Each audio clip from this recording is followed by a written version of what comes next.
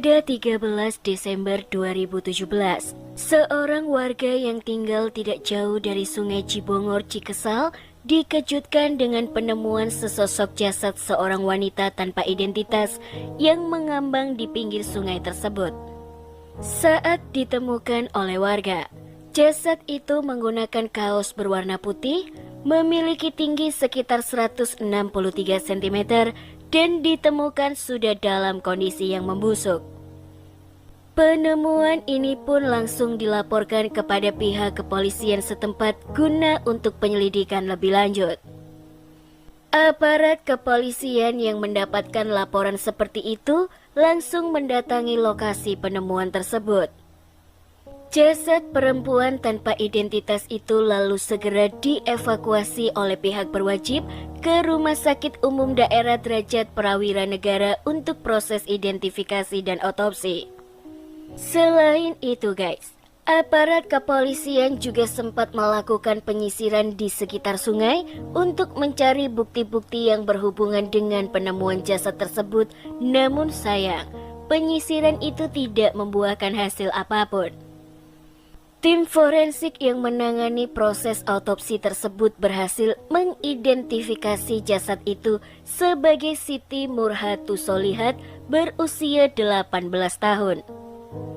Menurut rekam jejak pemeriksaan, kepolisian mengungkapkan bahwa gadis tersebut sudah dilaporkan menghilang oleh pihak keluarganya sejak 2 minggu sebelum penemuan jasad wanita yang menggegerkan warga Serang, Banten tersebut. Dari hasil pemeriksaan, dokter menyatakan bahwa penyebab kematian dari Siti adalah ditemukannya bekas luka kekerasan benda tumpul di bagian tubuh Siti yang menyebabkan keretakan pada bagian hidung serta tengkorak kepala bagian belakang. Berdasarkan hasil identifikasi serta hasil otopsi tersebut, aparat kepolisian segera mendatangi rumah dari keluarga Siti untuk memberitahukan perihal berita duka yang menimpa anak mereka. Selain menyampaikan berita duka tersebut, aparat kepolisian juga sempat memintai keterangan dari beberapa keluarga Siti mengenai hilangnya anak mereka agar memudahkan pihak berwajib untuk mengungkap kasus itu. Berdasarkan keterangan dari sang ibunda korban, beliau mengaku bahwa beberapa saat sebelum dinyatakan hilang, beliau memang menyuruh anaknya untuk mengantarkan pesanan makanan dari pelanggan, namun setelah ditunggu-tunggu, anak gadisnya tidak pernah pulang lagi ke rumah.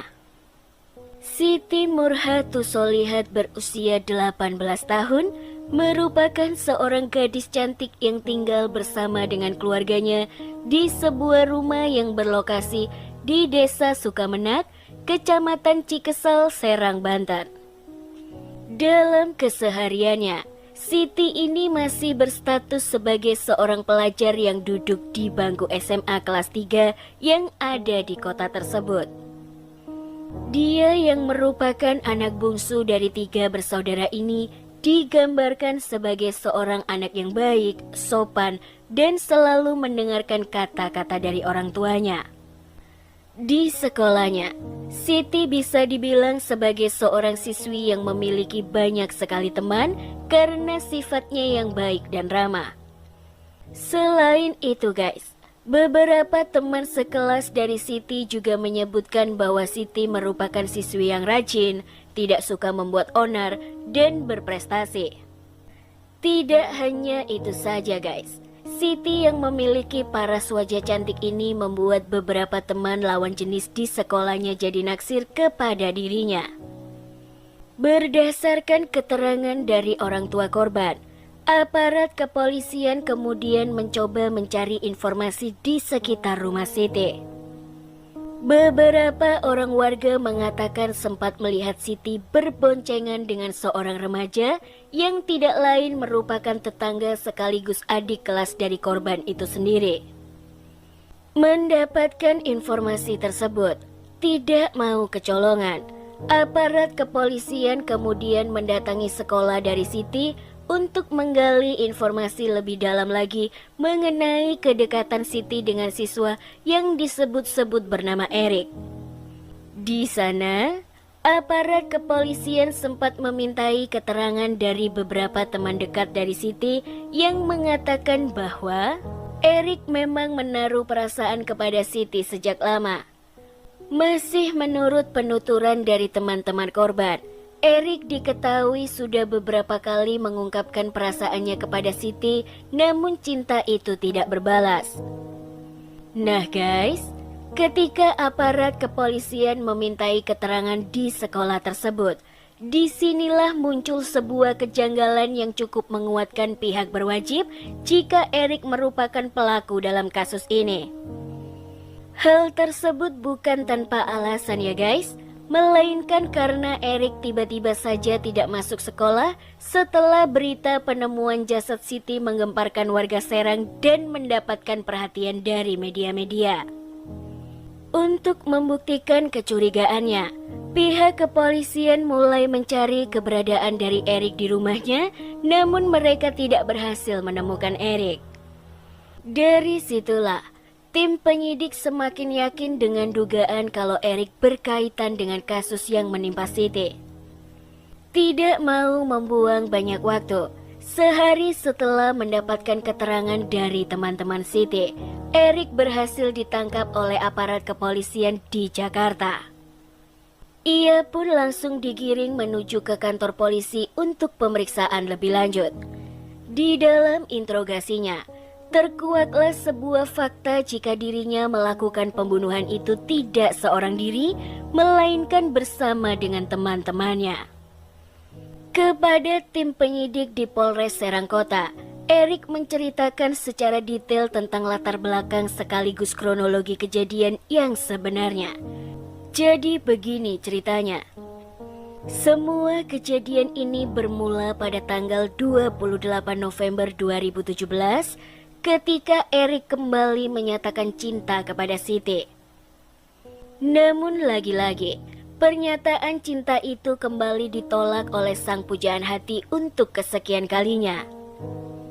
Merasa sakit hati, Erik kemudian pergi ke rumah salah satu sahabatnya yang bernama Rahmat. Di sana, ia menceritakan semua keluh kesah yang berkecamuk di dalam hatinya perihal permasalahan cintanya yang selalu ditolak oleh Siti. Di dalam obrolan tersebut, sang kawan lalu menyarankan kepada Erik agar dirinya menghabisi nyawa dari pujaan hatinya tersebut. Dan tanpa berpikir panjang, Erik langsung menyetujui saran yang menyesatkan dari sahabatnya itu. 2 hari kemudian, yakni pada tanggal 30 November 2017 sekitar jam 4 sore, Erik kembali menghubungi Siti melalui pesan singkat untuk mengajaknya bertemu karena ingin membicarakan hal yang cukup penting. Dikarenakan tidak menaruh rasa curiga sedikit pun, permintaan dari Erik ini langsung diiyakan oleh Siti. Ditambah lagi nih guys, kebetulan saat itu Siti juga disuruh oleh sang ibunda untuk pergi menghantarkan makanan kepada pelanggan dengan menaiki sepeda motor miliknya. Setelah urusan antar mengantar makanan selesai dilakukan, sebelum pulang kembali ke rumah, Siti terlebih dahulu menemui Erik di depan sebuah konter HP yang kebetulan tidak jauh dari rumah mereka. Di sana, Erik berdalih meminta tolong kepada Siti untuk mengantarkannya mengambil uang di daerah Kakupang, Cikesal, Serang, Banten. Dan lagi-lagi, permintaan itu pun langsung diiyakan oleh Siti karena dirinya sama sekali tidak menaruh curiga apapun kepada Erik, mengingat mereka memang merupakan tetangga sekaligus teman satu sekolah. Namun di tengah perjalanan, Siti baru menyadari kalau itu bukanlah jalanan menuju ke daerah Kakupang, melainkan menuju ke daerah Ciakar. Pada sore itu, setibanya di sana, kebetulan tempat tersebut bisa dibilang sangatlah sepi, gelap, dan sama sekali tidak ada kendaraan yang berlalu lalang. Di sana guys, meskipun berulang kali telah ditolak cintanya, tidak membuat Erik menjadi ciut. Seolah ingin memuaskan obsesi ingin mendapatkan cinta dari sang pujaan hati, Erik kembali menyatakan cinta kepada Siti yang berujung dengan penolakan lagi dan lagi. Pikiran Erik yang mungkin sudah tidak rasional, apalagi telah dicekoki saran-saran yang kurang baik oleh sahabatnya, membuat Erik ini menjadi nekat. Mendengar penolakan itu untuk kesekian kalinya, Erik lalu membekap mulut dari sang pujaan hati. Ia lalu berteriak memanggil temannya yaitu Rahmat dan salah seorang pelaku lainnya yang memang sudah standby di sana yang bernama Dodi. Kedua orang tersebut memang sengaja menunggu di sana sebelum Erik dan Siti tiba di lokasi sesuai dengan yang telah mereka bertiga rencanakan sebelumnya. Setelah mendapatkan kode teriakan tersebut, Rahmat dan Dodi langsung keluar dari tempat persembunyiannya menuju ke lokasi Erik dan Siti berada. Rahmat kemudian langsung membantu Erik dengan memegangi tangan Siti, sedangkan Dodi bertugas untuk memegang kaki Siti sehingga membuat gadis cantik itu langsung jatuh tertelungkup. Ketika terjatuh, Erik langsung membenturkan kepala Siti ke batu sebanyak 3 kali. Benturan itu membuat Siti menjadi tidak berdaya. Setelah itu guys, mereka bertiga membalikkan posisi Siti yang awalnya tertelungkup menjadi dalam posisi terlentang tidak berdaya. Dalam kondisi yang seperti itu, terbersit ide jahat di pikiran Erik untuk menggagahi Siti secara bergantian, dan ide tersebut diutarakan kepada teman-temannya yang langsung disetujui oleh mereka. Setelah hasrat seksual mereka bertiga terpuaskan, Erik lalu mengambil sebuah batu dan langsung dihantamkan ke kepala Siti hingga membuat sang pujaan hatinya meninggal seketika itu juga. Setelah membunuh Siti, tidak lama kemudian datanglah seorang teman lagi yang bernama Rudi. Nah guys, kali ini kedatangan Rudi bisa dibilang di waktu yang tidak tepat, karena dirinya sama sekali tidak mengetahui peristiwa yang sudah direncanakan oleh Erik sebelumnya. Namun karena Kepalang sudah ada di lokasi, Erik bersama dengan 2 orang temannya itu memaksa Rudi untuk ikut membantu mereka menyembunyikan jasad Siti. Jika permintaan tersebut ditolak, Erik bersama dengan 2 orang temannya mengancam akan menghabisi Rudi juga. Karena merasa takut dengan ancaman itu, Rudi terpaksa menyetujui permintaan mereka bertiga.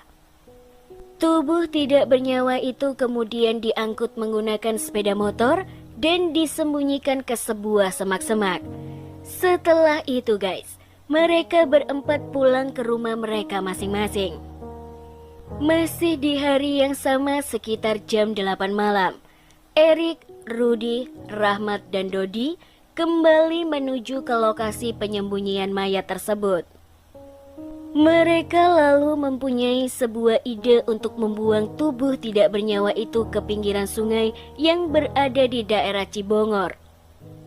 Tidak mau menghabiskan banyak waktu, mereka kemudian langsung membawa tubuh tersebut ke lokasi yang sudah ditentukan.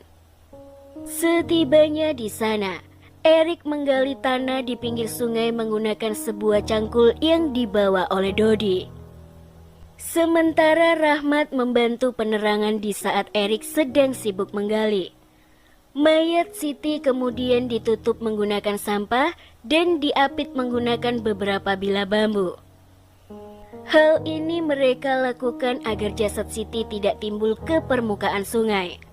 Setelah semuanya dirasa sudah beres, mereka berempat memutuskan untuk pulang ke rumahnya masing-masing. Setelah kejadian tersebut, Erik sempat bersekolah seperti biasanya seolah-olah tidak pernah terjadi apapun di dalam hidupnya. Namun setelah mendengar berita mengenai penemuan mayat di wilayah Cibongor, secara mendadak langsung tidak masuk ke sekolah dan memutuskan untuk kabur ke Jakarta. Setelah mendengarkan keterangan dari Erik, Aparat kepolisian juga langsung menangkap 3 orang pelaku yang telah membantu Erik, yakni Rahmat, Dodi, dan Rudi. Ketiganya ditangkap tanpa perlawanan di rumahnya masing-masing. Untuk motif yang melatar belakangi pembunuhan ini, Erik mengaku kalau dirinya sudah beberapa kali menyatakan perasaannya kepada sang pujaan hati, namun Siti yang tidak memiliki perasaan sedikit pun dan hanya menganggap Erik sebagai teman, memilih untuk menolak cinta dari adik kelasnya tersebut. Sehingga penolakan dari Siti itu membuat Erik menjadi sakit hati. Atas perbuatannya, keempat pemuda itu resmi dijadikan tersangka dalam kasus ini. Mereka dijerat dengan pasal 80 ayat 1 dan ayat 3 Undang-Undang Nomor 23 Tahun 2002 tentang Perlindungan Anak. Sidang perdana untuk kasus ini digelar di Pengadilan Negeri Serang, Banten. Majelis Hakim Pengadilan Negeri Serang menjatuhkan vonis yang berbeda-beda kepada 4 orang pelaku sesuai dengan perannya masing-masing. Untuk terdakwa Erik, Majelis Hakim menjatuhkan vonis selama 10 tahun karena terbukti bersalah. Vonis tersebut diketahui sudah paling maksimal untuk pelaku dalam kategori anak karena usianya yang masih belum dewasa menurut hukum yang berlaku di Indonesia.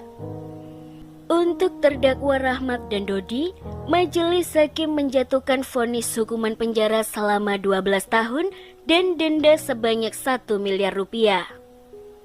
Vonis tersebut diketahui lebih ringan dibanding dengan tuntutan dari jaksa yang menuntut hukuman 20 tahun penjara. Dan yang terakhir yakni terdakwa Rudi, hakim menjatuhkan vonis hukuman penjara selama 4 tahun karena Rudi telah membantu ketiga pelaku untuk menyembunyikan mayat. Terima kasih buat teman-teman yang sudah mau meluangkan waktu untuk nonton video ini. Kalau menurut kalian video yang aku bahas ini bermanfaat, tolong bantu aku untuk sebarkan agar channel ini semakin berkembang tentunya. Aku juga mau memberitahukan bahwa kasus-kasus yang aku bahas ini hanyalah sebagian kecil dari banyaknya kasus-kasus kriminal yang terjadi di negara yang kita cintai ini maupun di dunia.